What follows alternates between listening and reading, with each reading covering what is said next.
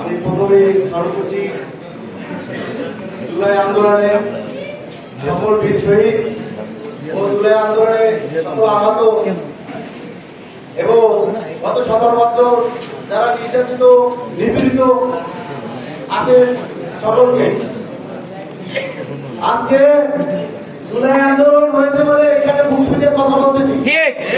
তবে কবিরুল কলেজে আমি এখানে অনেক শিক্ষক আছে, তাদের উদ্দেশ্যে বলা, জুলাই আন্দোলনে কবিরুল কলেজে অনেক শিক্ষক ছিল, মানে একবারে নিষ্ক্রিয়, কোনো ভূমিকা ছিল না। ঠিক।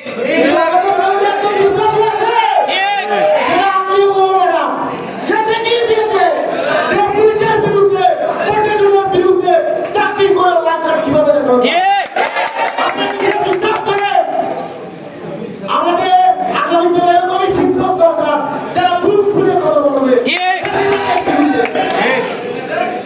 তবে সময় অল্প দিয়েছে, বক্তব্য দীর্ঘায়িত করবো না। তবে বর্তমান সরকারের উদ্দেশ্যে আমার কিছু অভিযোগ আছে। জুলাই আন্দোলনে আমার এক সিনিয়র বড় ভাই ডক্টর নাজমুল করিম খান 15তম বিসিএস এর কর্মকর্তা, পুলিশ ক্যাডারে, তিনি তার পরিবার সহ রাস্তায় নেমেছে। তবে দুঃখের বিষয়, এই সরকার আসার পরও তার বাধ্যবাধক হওয়া যায়। জুলাই আন্দোলন করা কি এদের জন্য কি অপরাধ আমি জানি না। আমরা বলতে চাই এই সরকার তাদেরকে যেন যথাযথ মূল্যায়ন করে। এছাড়াও যারা আওয়ামী লীগের সুবিধাভোগী এবং প্রশাসনের সুবিধা বঞ্চিত তাদেরকে যেন যথাযথ মূল্যায়ন করে, এটাই সরকারের কাছে প্রত্যাশা করি।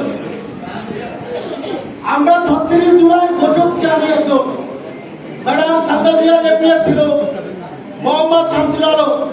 আমরা 36 জুলাই নামে চিনি, কিন্তু 36 জুলাই যে রূপকার বা প্রবক্তা এই শামসুল আলম ছাড়া এখনো চেয়ার পাচ্ছে না।